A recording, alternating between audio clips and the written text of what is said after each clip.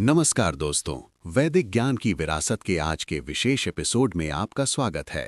अक्सर हम ज्योतिष को केवल भविष्यवाणियों तक सीमित मानते हैं, लेकिन आज हम बात करेंगे उस ऊर्जा की जिसके बिना जीवन में गति संभव नहीं है। बिल्कुल आर्यन।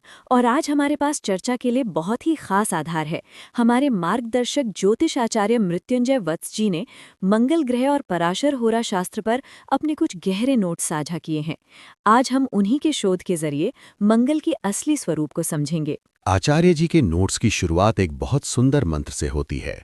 धरणी गर्भ संभूतम विद्युत कांति समप्रभम। वो समझाते हैं कि मंगल केवल एक लाल ग्रह नहीं है, बल्कि ये पृथ्वी के गर्भ से निकली वो अग्नि है जो हमारे भीतर साहस बनकर दौड़ती है। हाँ, और उन्होंने एक बहुत दिलचस्प त्रिदेव सिद्धांत लिखा है। उनके नोट्स के अनुसार मंगल 3 रूप धारण कर सकता है: सृजन, रक्षण और विनाश। जब हमारी ऊर्जा कंस्ट्रक्टिव होती है तो हम कुछ नया बनाते हैं। जब हम अपनों की रक्षा करते हैं तो हम सेनापति होते हैं। लेकिन यही ऊर्जा जब अनियंत्रित होती है तो वो केवल क्रोध और विनाश का कारण बनती है। इसीलिए मंगल को हमारे रक्त यानी ब्लड और वाइटल एनर्जी का कारक कहा गया है। अक्सर लोग मांगलिक नाम सुनकर घबरा जाते हैं, लेकिन आचार्य वत्स जी ने पराशर होरा शास्त्र के हवाले से एक बहुत बड़ी बात लिखी है।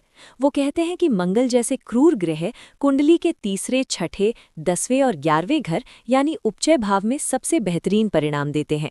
यहाँ मंगल आपको लड़ने की और जीतने की शक्ति देता है। सही कहा, लेकिन नोट्स में एक चेतावनी भी है। यदि मंगल चौथे भाव या मन के स्थान या 5वें भाव या बुद्धि के स्थान में हो तो ये व्यक्ति को बहुत बेचैन और आक्रामक बना सकता है। विशेषकर मिथुन, कन्या या मकर लग्न वालों को अपनी मंगल की महादशा में बहुत सचेत रहने की जरूरत होती है, क्योंकि ये अग्नि उनके स्वभाव को बहुत उग्र बना सकती है। सबसे महत्वपूर्ण चर्चा आचार्य जी ने अंगारक योग पर की है। जब मंगल और राहु एक साथ आते हैं तो ये आग में घी डालने जैसा काम करते हैं।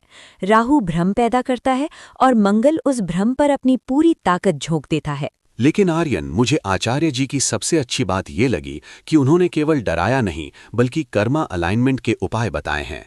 उन्होंने लिखा है, नारायण शरण। मंगल की उग्रता को केवल बुद्धिमत्ता और आकाश तत्व यानी भगवान विष्णु ही संभाल सकते हैं। ओम नमो नारायणाय का जाप इसकी ऊर्जा को शांत करता है। जल तत्व। मंगल अग्नि है, इसे ठंडा करने के लिए चंद्रमा यानी जल का सहारा लें।